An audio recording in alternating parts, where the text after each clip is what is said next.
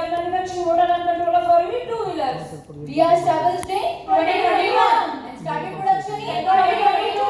And we are total capacity of 6 lakhs per year. We situated in Bhiwadi, Rajasthan, and our one more plant is in Shoolagiri. Our active customer are Ola, Revolt, TVS, Joy, etc. Our circle name is Royal. Our department is production. Our meeting day and time Monday to Friday 3 p.m. to 5 p.m. Our working area is now motor line 12 inch. We are focusing women empowerment, rights, responsibility and respect.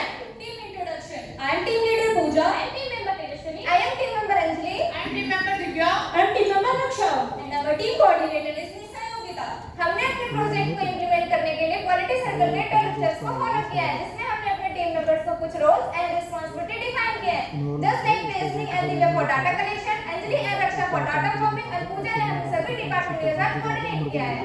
Step first, identification of problem. हमने अपनी problem को identify करने के लिए plant के various operations और processes को observe किया. फिर उसके बाद ब्रेनस्टॉर्मिंग के जरिए हमने देखा कि हमारी डिफरेंट पैरामीटर्स में डिफरेंट प्रॉब्लम्स के फॉल कर रही थी, जिसमें सबसे ज्यादा प्रॉब्लम डिलीवरी सेक्शन में आ रही थी.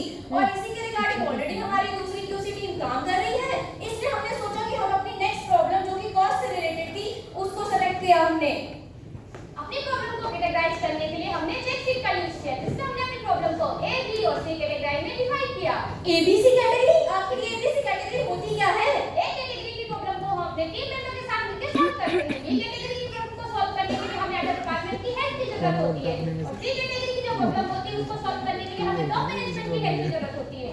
इसमें हमने देखा कि हमारी जो प्रॉब्लम है वो ए कैटेगरी में सबसे ज्यादा आई थी, इसलिए हमने ए कैटेगरी की प्रॉब्लम को सिलेक्ट किया.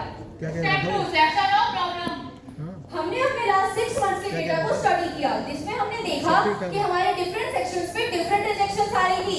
इसके बाद पैरेटो एनालिसिस करते हुए हमने ये देखा कि हमारी जो वाइंडिंग लाइन की रिजेक्शन थी वो 2.43 मिलियन कॉस्ट के साथ सबसे हाईएस्ट में थी. Everyone same problem. Yes, winding line scrap cost is very high. हमने लास्ट 6 मंथ की ट्रायल पार्टिसिपेंट कॉस्ट की स्टडी की, जिसमें हमने देखा कि कॉपर वायर की रिजेक्शन कॉस्ट हर महीने सबसे ज्यादा हाई थी. Everyone same problem. Cost is high. हमने अपने कॉपर वायर रिजेक्शन को टू टाइप में कैटेगराइज किया. First is line rejection cost and second is process rejection cost. इसमें हमने देखा कि हमारी जो रिजेक्शन है वो प्रोसेस में सबसे ज्यादा हाई आ रहा था. Everyone same problem. Yes, 50 to 60% rejection happen by itself.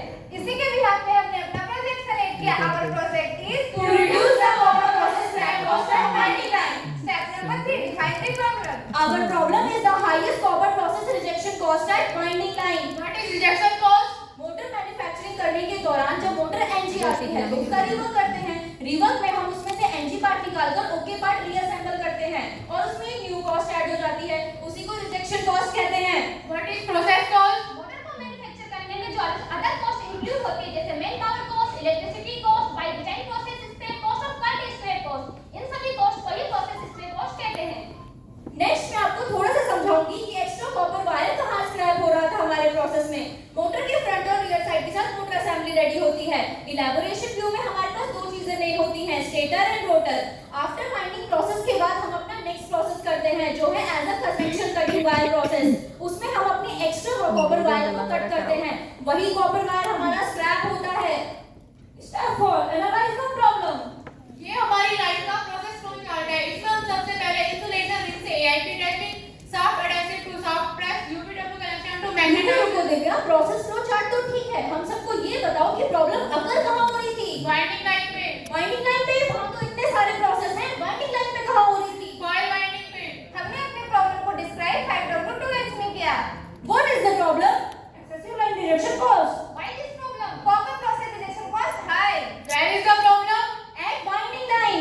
Who was facing the problem? Operator engineer. When this problem got attention? Before 6 months. How is the problem? High COPQ more than 2%. How much is the problem? Approx 50 to 60% of total line rejection cost. ये है impact of problem. ये हमारा child part stator. हम stator में winding करते हैं. Winding के बाद हम उसमें कनेक्शन कटिंग करते हैं. हमने स्टेटर का आफ्टर वाइंडिंग और आफ्टर कनेक्शन कटिंग करने के बाद वेट किया, जिसमें हमने देखा कि हमारे एक पार्ट में 50 to 60 gram copper wire scrap हो रहा था.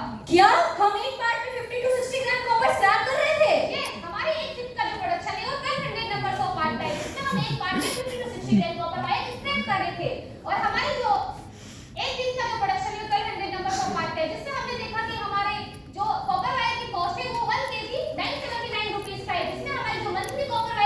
कॉस्ट था no, no, no. 1.74 मिलियन था।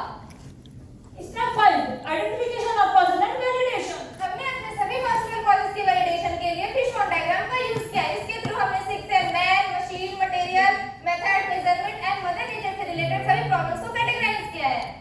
और इसी से निकलकर हमारे पास कुछ सिग्निफिकेंट कॉजेज आए।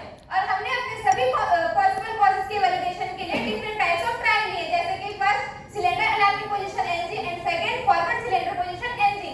इसमें हमने 50 नंबर्स ऑफ पार्ट को चेक किया, जिसमें हमने यह देखा हमारे पास एक भी पार्ट एनजी नहीं मिला। इट मींस यह वाज वैलिड नहीं है। Third wire looping dia 150 mm। Again हमने 50 नंबर्स ऑफ पार्ट को चेक किया, जिसमें हमें हर पार्ट एनजी मिला।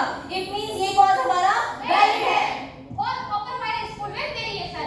Fifth spectrum to sawn signal one sided and six weight measurement by log instrument, जिसमें हमने 50 नंबर्स ऑफ पार्ट को चेक किया और देखा कि हमारे पास एक भी पार्ट एनजी फाउंड नहीं हुआ। इट मींस हमारा ये कॉज भी वैलिड नहीं है। 7 wrong die check, 8 part element method incorrect, 9 wrong was the aligning machine, जिसमें हमने 50 पार्ट चेक किए, जिसमें हमें एक भी पार्ट एनजी नहीं मिला। इट मींस ये कॉज वैलिड नहीं है।